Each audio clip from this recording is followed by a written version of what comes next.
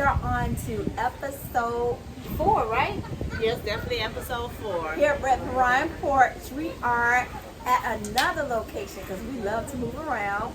We are now at, what's this, South Beach. Crescent Hotel. Yep, Crescent Hotel.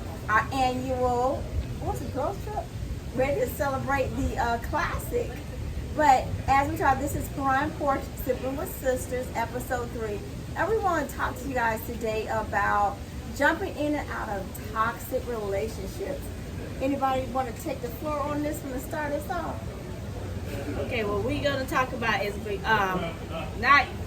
not giving ourselves time to heal. And why we're not giving ourselves time to heal can be a problem from jumping in and out of toxic relationships. So if anybody want to explain the need for why they, the part where they feel the need to not give themselves time to heal in the group. Well, I don't think it's that anything is intent. I don't necessarily think that any of it is intentional. It's not like we need to be in a toxic relationship because nobody wants to be in a toxic relationship. It's more so, you don't find out until you deep and good thinking you into this person that you start realizing certain characteristics about the relationship. So it's not that it's intentionally getting into toxic relationships. It's just that once you start to like get to know the person, you start to see characteristics. But that's good because I know the older I've gotten, I started seeing those characteristics earlier versus later. So that's the good thing. Seeing the characteristics of things being quote unquote toxic at an earlier time frame versus, really being involved in that relationship, giving your all, and next thing you know, it's like, how do I get out of this? How did I even get here? What's the next step? Type of deal. So I think it's 2 things. I think one, it is you love them and you think that you can love it out of them. You think we can fix people, and oftentimes we like projects, and and that's kind of how it starts. You're like, yeah, okay, well, I recognize X, Y, and Z about them, but then there's all these other things that are good. I'm just gonna see. I'm a wait. I'm a see, right? Right. Then you're like, okay, well, we can work through it because at this point you catch your feelings. And so I think oftentimes that we think we can like love it out of somebody and fix them, and then at that point they become a project. And then the problem is now you done wasted a year, 2 years, 3 years, 4 years, whatever. Right. And you got so much invested in this person that it's hard to walk away. Right. Okay. And I think sometimes they be manipulation too, because sometimes they'll show you their real side of them or what they want you to see until they get you in that comfortable spot. And you're in that false sense of security. So you're thinking like, hey, this is the person that I want to see. So you know what? This go round is gonna be different because they showed me that what I want to see. As soon as you get comfortable, they come back to that self. But then it's like you have to start back over that process of unraveling yourself because you know what it is. They know you so well. They know how to manipulate you. So you don't even realize sometimes you're in a toxic relationship. So you're like so deep into it. Like you said, you then try to love it, try to fix it, and you don't even know what to do. So what you think, sis? I think that we don't. I'm gonna go on to X and go on to follow up with the next question, but I feel like we don't give ourselves enough time because we done been jumped into we've been in that toxic relationship. We're not giving ourselves enough time to heal, to grow, because we still, a lot of times we still broken before we jump into another relationship. So I think in this case, we need to find time to heal ourselves. So what do you think is healing? Like, what do you You think? know, What is healing? That's what's like your a broad definition? question. Right. What is And healing? what's the time frame? By time, everybody got their own time frame, Right. but I feel like you have to set your time on when your self healing journey. You have to lay out the things you did. You seen that you might have did wrong. He might have did wrong. What was acceptable for you that wasn't and then that he brought to the table that you could not end up accepting at the end of the day because that wasn't acceptable behavior for you. So know the signs and give yourself enough time to react, to what works for you in those signs. You get what I'm saying? Mm-hmm. So you also got, when you jump into these, when you are broken and you need that self-time to heal, is what I'm jumping into the next conversation. You need some self-reflection. Yeah. So what is a good way to do self-reflection? I think we say things like this, you need to self-reflect, this stuff goes, but what is self-reflecting? What is it? Sometimes we say these, you need time to heal. So what is it? I know it's different for everybody, but like what's a good roadmap? I think that you can say you need time to heal. And I think the thing is every relationship and everything you take, it changes you. And so I think oftentimes, I don't know if it's, lack of healing or if it's just that you've been changed, but you carry all of that with you. Yes. And you'll have triggers, and sometimes you might think that you have healed, right? Like you don't hurt every day, you don't cry every day, you're ready for a next relationship.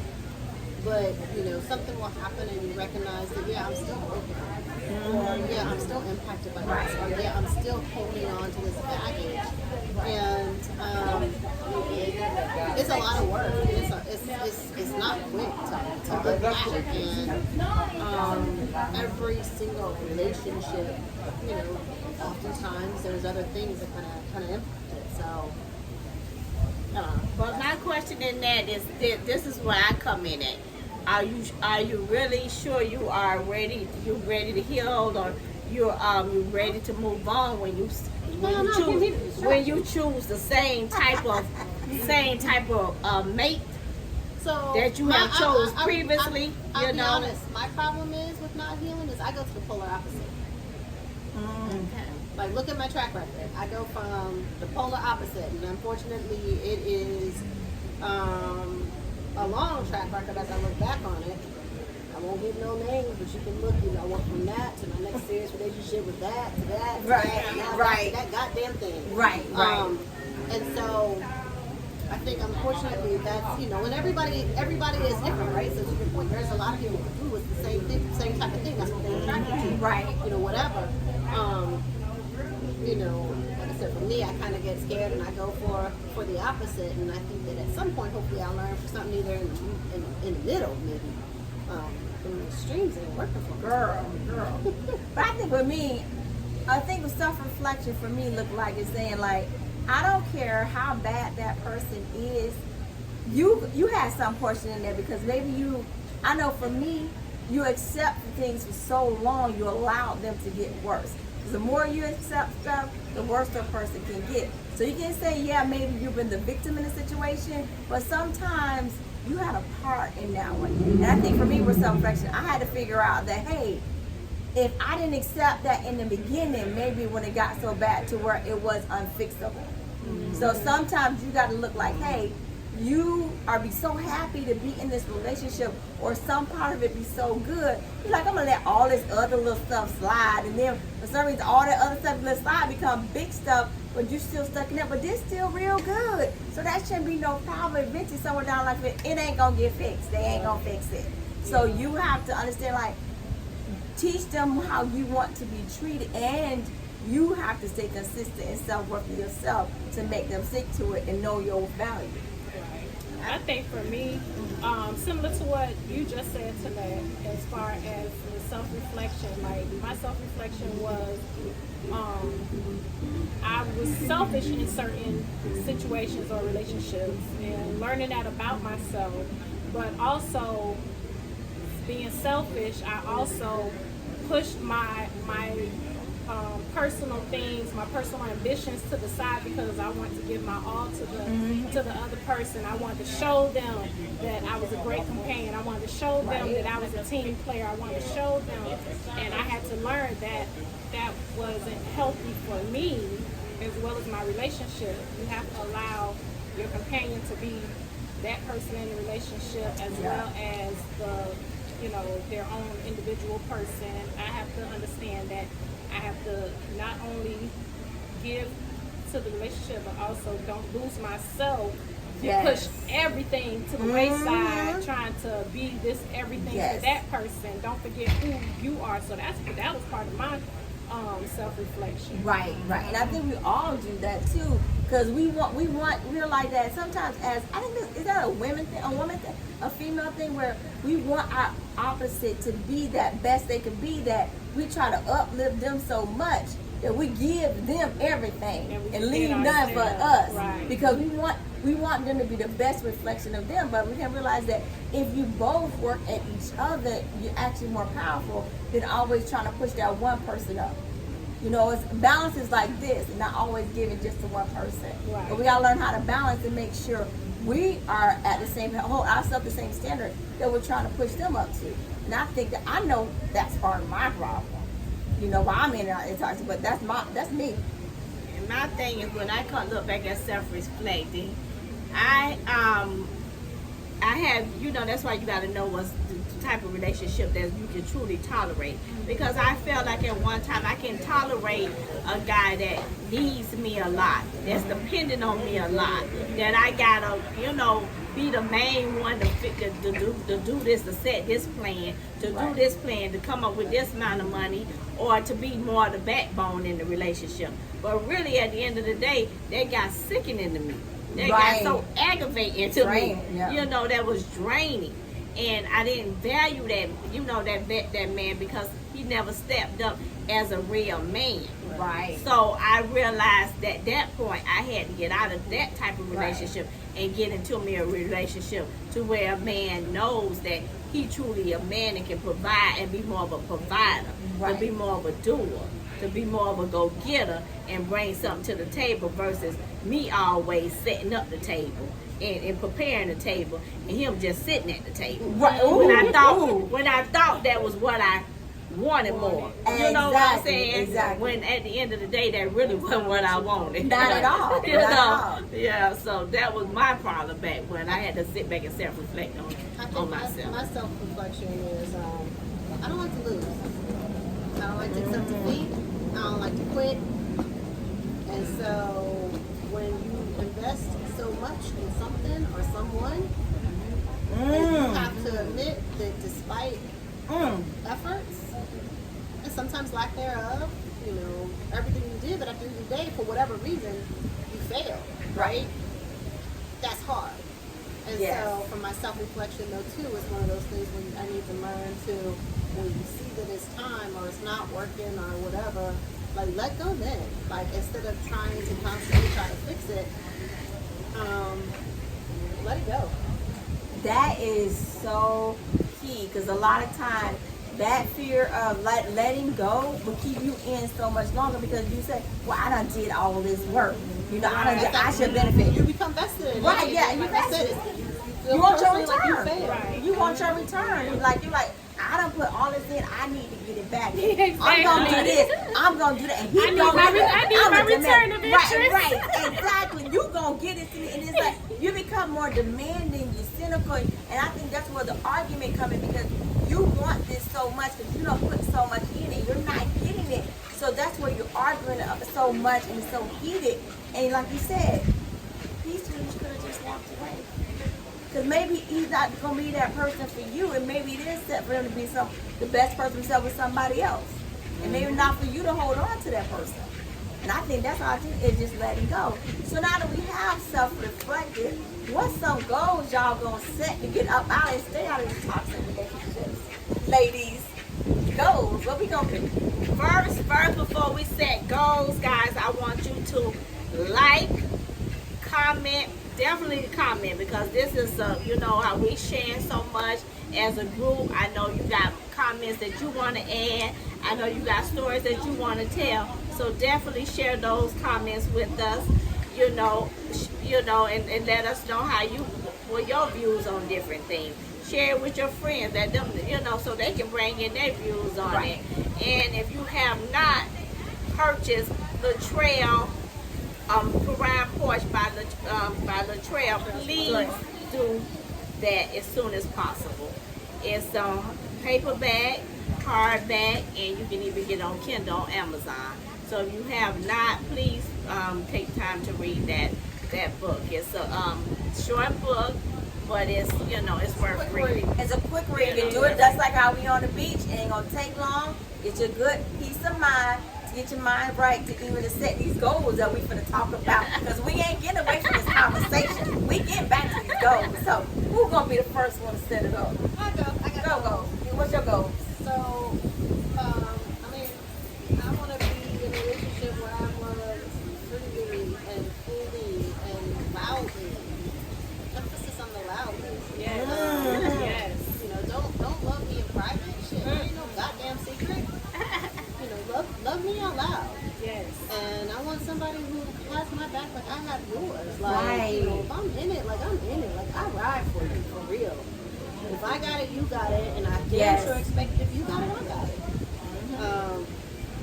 Trust, honesty, transparency. That's what I'm looking for. Okay. Okay. I'll go next. Okay, go ahead. Okay, so my goals are to not lose myself. You know, without having to hold back, but still not lose myself in any form, any shape. Because ultimately, in a relationship, we're supposed to be working together as a team. Yes. You know, if it's 100, it's not 50-50. You're Right. giving 100, I'm giving 100. And if I'm not at my 100, you can give 110. Or, you know, like we got each other's back. Right. But also, like Melody said, like, love me out loud. Let the world know. Right. You know, like, don't love me in private. Don't love me from a distance. Don't love me through messages.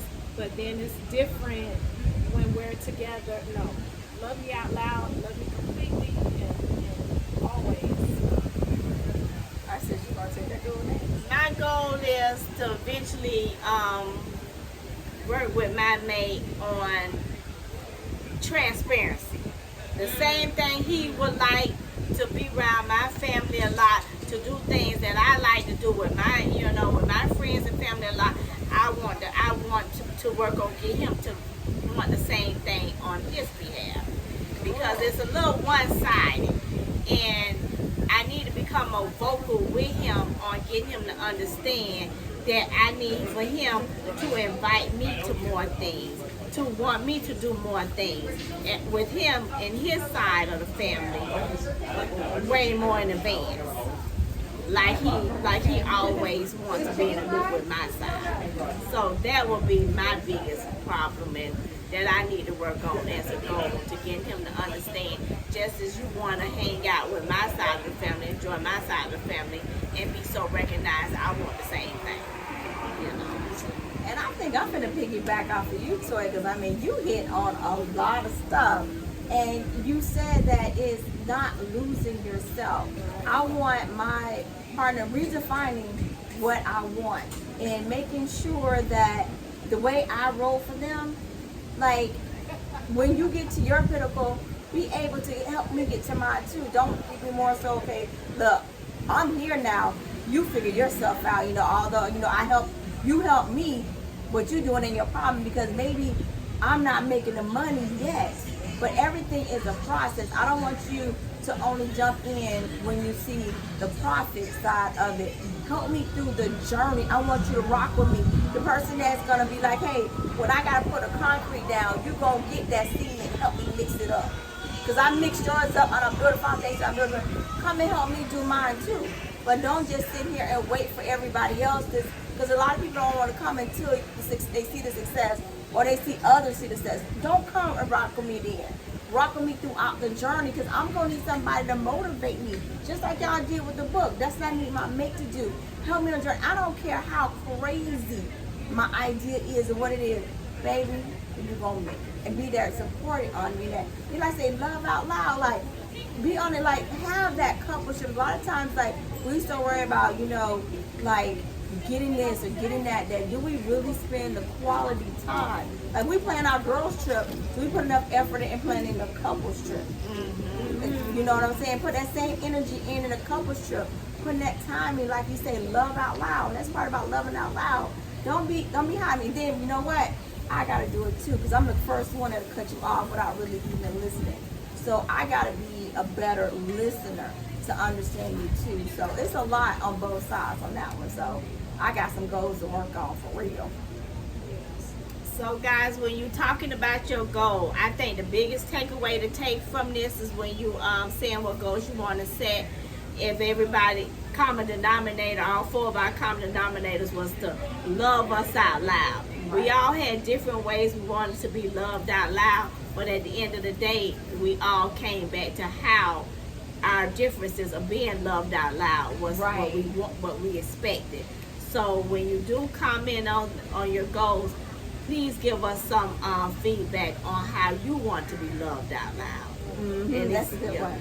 And I think that'll help you understand what a relationship is you want. Because do we really understand and define what type of relationship we want before we even get to it? Because isn't it a saying is, if you don't know what you want, you fall for anything. Anybody remember that saying? Yeah. So I think a lot of times in that stuff, Saying from fam, leave me God way or get the fuck about my way. right? Yep. There we go. So a lot of times it's in that self-reflection before you even set that goal, figure out what it is in a relationship. Like we said, live out loud, but really define the relationship. And if you defined it, you will get it. So that's a lot of us need to do in this goal setting.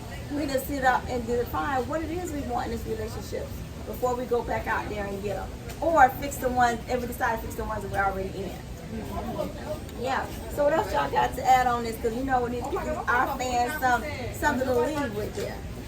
I mean, I just can't wait to hear the comments because we're all individuals. We all want to be loved differently, and so I just can't wait to hear, some of the comments, read some of the comments, things of that sort. I mean, we're all individuals. We all want to be loved differently, so there is no wrong nor right way. Right, exactly. Define yours through that self-reflection, set these goals, and like Tori said, let's get these comments, get this community active and going. And you know what, we can do a lot more healing and avoid a lot of these toxic relationships, because this really came out of hearing all these murder-suicide things. Because a lot of this is going on because I think we have a skewed sense of reality of what a relationship is. So I think everybody think this whole perfect, it should be this perfect rainbow relationship, and it really isn't. It isn't. I had to learn that. Right. I will admit, I had to learn that. Right. I thought, growing up, I grew up in a two-parent household. My parents have always been married to one another, and they're still married. So I thought that's what relationships, that's how everybody relationship. Right. But it's hard work. But it's hard work. But see, you don't see the hard work growing up. Exactly. So growing up, I didn't see the hard work. I saw the fruits of their labor because they did such a good job of hiding the work from their children. Right. So all I knew was, okay, that's what I'm gonna have. When I get older, I'm automatically have that. Right. And it ain't always gonna be good. Some days you gonna want to hurt that person. Yeah, but I didn't realize that, boy. Girl. I've been there and didn't realize. But if you realize, I think a lot of what it is, and I'm far of it, is a lot of times you shut down and don't communicate. Been there too. And that's where the difference comes in. That's where the toxic comes in, because you're always bumping head and arguing, and you're not really even communicating and just calmly step aside, say what you want. And normally I'm saying this, but it's easy to say it than actually do it. Yes. So I'm gonna work on the doing, because I know I do. Because I'm gonna try to be right. And don't always try to be right. Listen first, and then you can fix it. And to get rid of these toxic relationships, we need to make sure what healthy for one person is going to look different for another person. Yes. So there is no perfect one cookie cut away. And anybody that says they've been married for 2-3 years, but 2 or 3 years, that they're professional, no. Ain't nobody. You ain't got to the hard part. Right, I always say, I'm not even married, but I know that. Right. Oh, you haven't been getting to the hard part. I've been married over 2-3 years. 26 years. Somebody come to me in 5-7 years talking about something. I've been married, it's been perfect. Shut up. Shut up. You have have not You been still, to you our still church. like them at 5 years. Right. Give me a 7 to 10, but until you've been over there, and then you gotta look at it too. Somebody that haven't had a financial strain and still married can't tell somebody that has it. So you have to look at it from a different your lens, not somebody else's. So stop going into what others have and make sure you think it's perfect, and yours should look like that. It's not. So stop. And those of you out there who've been married or been together 5, 7 years, please stop telling me you're a relationship expert. No, yes, You are yes, not Yes. a relationship expert. Stop it. Yes. Stop it. Because you at 7 years can't tell me I've been engaged for about 26. You can't tell me you're the perfect, because ain't nobody perfect. So that's all I want to say. And I think that we'll stop a lot of toxicity, because you are 7 years in trying to tell people that's in the game much longer what perfect look like. You don't know because you're not in this situation. So just stop that. And I think we'll cut down this and give people time to self-reflect and set these goals. I think we can make that a wrap. Yes. All right. So look at these comments, ladies and gentlemen, because I know some men gonna be in there comment too. We're looking forward to communicating. Yes. So wrap it up. You're right with the advertising spiel, sis. You're so good at it. About getting our forms of followers. Oh yes, definitely. We thank you for listening to Perrine Porch, our podcast of Perrine Porch. We appreciate it. We appreciate you liking, definitely sharing and commenting, giving us your feedback. Also check out my sis book, Perrine Porch with Latrell. Very interesting short read. Please subscribe in it. And let us know. Please let us know what toxic relationship you was in, or what ways you trying to avoid being in a toxic relationship if you're not quite hit one yet and you don't know how it is yet. So we definitely interested in hearing from you as well, or how you avoided it for so long. Right.